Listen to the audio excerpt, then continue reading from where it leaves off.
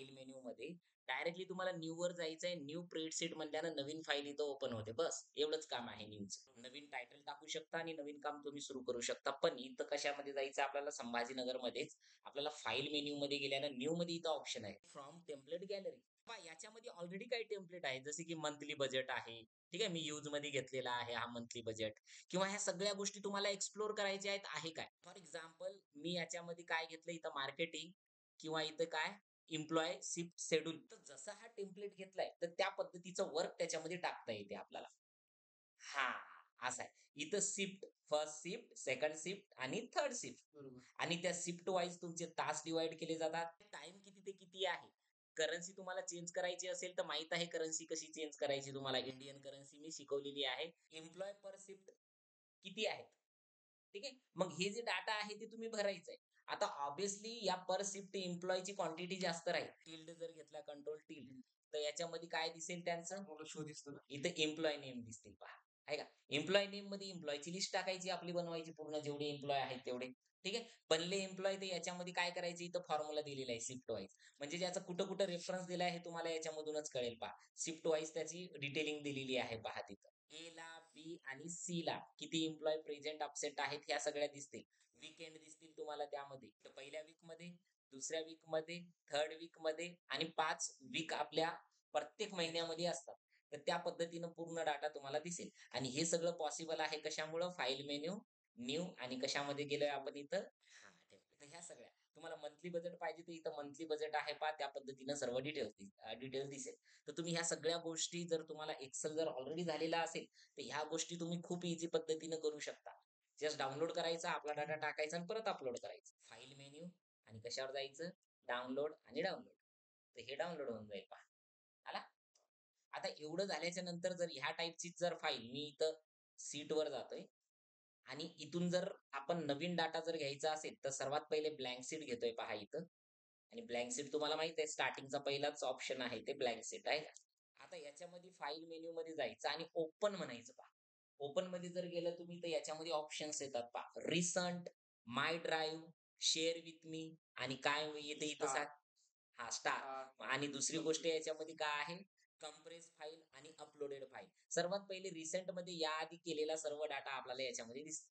Just click करायचं आणि open करायचं. जसे की ही फाईल आहे माय ऑफिस फाईल. जस्ट क्लिक करतोय आणि ओपन करतोय. तर या टाईपची आपली फाईल ओपन झालेली आहे. आता दुसरे याच्यामध्ये ऑप्शन आहे, जसं की परत जातोय आणि इथं न्यू फाईल घेतोय पहा, स्प्रेडशीट. ओके. परत ओपन मध्ये जातोय आपण. कुठे गेलाय ओपन, इथं ओपन. आणि जस्ट क्लिक केल्याच्या नंतर इथं परत ऑप्शन आहे काय, नाही, माय ड्राईव्ह. माय ड्राईव्ह. माय ड्राईव्ह मध्ये गेल्याच्या नंतर काही फोल्डर सुद्धा बनवलेले आहेत माझ्या गुगल ड्राईव्ह वर मी. आणि हा सगळा डाटा माझ्या गुगल ड्राईव्ह वर आहे. याच्यापैकी जो डाटा मला पाहिजे त्या डाटावर मला क्लिक करायचं आहे. जसं की हे सर्टिफिकेट लिस्ट हवी आहे मला, जस्ट क्लिक केलाय मी इथं. आणि ओपन वर गेलोय तर डायरेक्टली तो डाटा काय होईल, माझ्या याच्यात ऍड होत जाईल. परत ओपन वर गेल्याच्या नंतर आपल्याला इथं काय, शेअर विथ मी, म्हणजे ज्या ज्या लोकांनी मला शेअर केलं. आता संकेतनी काही डाटा शेअर केलेला आहे पहा. म्हणजे जेवढे माझे स्टुडंट आहेत त्यांनी एवढा डाटा माझ्यासोबत शेअर केलेला आहे. आता ट्रिप डाटा एकाने पाठवलेला आहे, सिद्धार्थनी पाठवलेला आहे. संभाजीनगरचा तर आपलाच डाटा आहे. जानेवारी महिन्याचा टोटल जे अटेंडन्स शीट एकाने पाठवलेली आहे. मला संकेतची लेटेस्ट अपडेट फाईल आहे, ती मला चेक करायची आहे. शेअर विथ मी जर म्हटलं तर याच्यामध्ये मला ओपन करायचं आहे. ओपन वर क्लिक, आला हा डाटा. म्हणजे संकेतचा टोटल डाटा मला इथं दिसेल ह्या टाईपचा. आता ह्या सगळ्या गोष्टी तुम्हाला या आधी या आधी ज्यानी ज्यानी तुमच्यासोबत डाटा शेअर केला तो डाटा इथं चेक करायचा आपल्याला, किंवा इम्पोर्ट करायचा किंवा ओपन करायचा. ते नेक्स्ट वर आपण याच्यामध्ये परत इथं आपण काय करूया, इथं फाईल वर जाऊया आणि डायरेक्टली न्यू शीट परत घेऊया. नेक्स्ट याच्यामध्ये परत फाईल मेन्यू मध्ये जायचं आणि ओपन मध्ये जायचं. आहे इथं स्टार्स. आता स्टार्स म्हणजेच काय पहिले समजून घ्या. आता स्टारेड डाटा म्हणजे म्हणजेच काय पहिले समजून घ्या. सपोज मी हे संकेतची फाईल गेली आणि माझ्यासाठी हे खूप इम्पॉर्टंट आहे. तर इथं गेल्याच्या नंतर मी इथं ऑप्शन घेतो स्टार. म्हणजेच ही फाईल त्या फोल्डर मध्ये किंवा त्या ऑप्शन मध्ये चालल्या जाईल. म्हणजे जेव्हा मी फाईल मेन्यू वरनं ओपन मध्ये जाईल, स्टार मध्ये चाललं जाईल का, हा, इथं स्टार्स मध्ये जायचं आणि इथं तुम्हाला ती फाईल दिसेल पहा. आता कुठे आहे संकेतची फाईल, इथं हे इथं आहे पहा. कळलं का? म्हणजे याआधी नव्हती ती, आता ऍड झाली. हा, तर याआधी जेवढे पोरं आहेत त्यांनी असा डाटा पाठवलेला आहे. परत फाईल मेन्यू वरनं ओपन मध्ये जातं. ते फाईल मेन्यू आणि ओपन मध्ये जातो. But now this time computers, ज्या कम्प्युटर मध्ये जो डाटा आहे तर तो घेण्यासाठी याचा आहे. यू नो व्हेरी वेल, जे या आधी डाउनलोड केलेली फाईल आहे ती इथं ब्राउज मध्ये जायची आणि ती जे डाउनलोड केलेली फाईल आहे माय ऑफिसची, ही इथं काय करायची, ओपन करायची. तर ऑब्विसली तो डाटा काय करायचा आहे, तुम्हाला अपलोड करायचा आहे. समजलं? मग तो अपलोड केलेला डाटा इथं डायरेक्टली दिसेल. म्हणजेच फाईल मेन्यू मध्ये इम्पोर्ट ऑप्शन कशासाठी आहे पहिले ते समजून घ्या. कुठला तरी डाटा आपल्याला घ्यायचा आहे. फॉर एक्झाम्पल थंब मशीननं सर्वांचे अटेंडन्स पडलेले आहे. तो डाटा एक्सेल मध्ये कन्व्हर्ट करून ठेवला जातो आणि तो इथं इम्पोर्ट करायचा किंवा कुठलाही डाटा जेव्हा इम्पोर्ट करायचा असेल, तर ह्या टाईपचा इथं येतो. जस्ट इम्पोर्ट वर जायचं आणि तो डाटा इथं इम्पोर्ट करून घ्यायचा. कशावर जायचं इथं सांगा? इम्पोर्ट वर गेल्याच्या नंतर हा Google ड्राईव्हवर डाटा आहे पहा. ठीक आहे. माझे काही फोल्डर आहेत, त्याच्यामधून सुद्धा मी आणू शकतो किंवा शेअर विथ मी याआधी झालेलंच आहे. तिथून पण डाटा इम्पोर्ट करू शकतो. रिसेंटली फाईलमधून करू शकतो आणि अपलोड फाईल. जसं मी ब्राउझरवर गेलो आणि अपलोड फाईलवरनंच सपोज मी डाटा घेतलाय, तर हा डाटा इथं इम्पोर्ट होतो. म्हणजेच कुठल्या सी मशीनचा जर डाटा असेल किंवा कुठला आपला शेअरिंगचा डाटा असेल किंवा तुमच्या थंब अटेंडन्सचा डाटा असेल, तर ह्या पद्धतीनं तुम्ही तो डाटा घेऊ शकता. तर इथं जर ऑलरेडी काही डाटा असेल, तर त्याला रिप्लेस करतो. क्रिएट नवीन सीट करतो. जर कुठला डाटा जर ऑलरेडी असेल आणि इन्सर्ट अ सीट म्हणजेच नवीन सीटच बनवतो. नवीन सीट म्हणजे जसे की ही कुठली तरी सपोज आता इथं एक सीट आहे ही. ठीक आहे. फॉर एक्झाम्पल इथं एक सीट आहे आणि आपल्याला नवीन डाटा इथं इम्पोर्ट करायचा आहे. फाईल मेन्यूवर गेलोय आणि इम्पोर्टवर गेलोय पहा. जर मी कुठला डाटा जर घेतलाय, सपोज इथं ही सर्टिफिकेट लिस्ट जी आहे माझी, ही घेतली मी इथं आणि जसं मी इम्पोर्टवर इथं क्लिक केलंय, तर याच्यामध्ये आपल्याला 3 ऑप्शन इथं येतात. For example create new spreadsheet आणि इन्सर्ट अ न्यू सीट म्हणजेच याच्यामध्येच नवीन सीट ॲड होते आणि दुसरा आहे रिप्लेस अ करंट सीट म्हणजे करंट डाटा हा डिलीट होईल आणि नवीन डाटा ॲड होईल.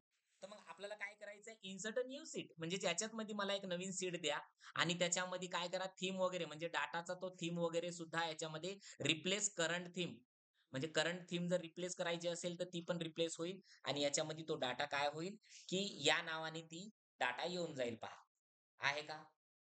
म्हणजेच या नावाने तो डाटा आला 6/5/23 आणि हे सगळे आपले स्टुडंट आले. समजलं? आणि जर रिप्लेस खालचा जर घेतला असता तर वरचा जर घेतला असता तर नवीन सीट बनली असती. म्हणजेच माय फाईलला हे नाव आलं असतं. ओके. आणि 2 नंबर 3 नंबरचा जर केला असता तर ही सीटचा पूर्ण डाटा डिलीट झाला असता आणि त्याच्या जागी तो ॲड झाला असता. तर ह्या सगळ्या गोष्टी तुम्ही लक्षात ठेवायचा आणि त्या पद्धतीनंच काम करायचं. तर आहे मेक अ कॉपी. जर मी कुणाला फाईल दिली, तर जर ओरिजिनलच फाईल दिली तर ते देऊनच टाकली आणि त्यानं जर काही चेंजेस केले तर आपला डाटाच चेंज व्हायला ना. तर आपण कुणालाही फाईल देते वेळेस किंवा पुढच्या महिन्यात अपडेट करते वेळेस त्याची एक बॅकअप फाईल घेऊन ठेवायची. त्याला म्हणतात काय कॉपी डॉक्युमेंट. तर काय करत असतो पहिले ते समजून घ्या. आपण याचे डाटा घेतो. For example Mumbai office work backup आणि आजची डेट टाकायची तुम्हाला तिथं. ठीक आहे.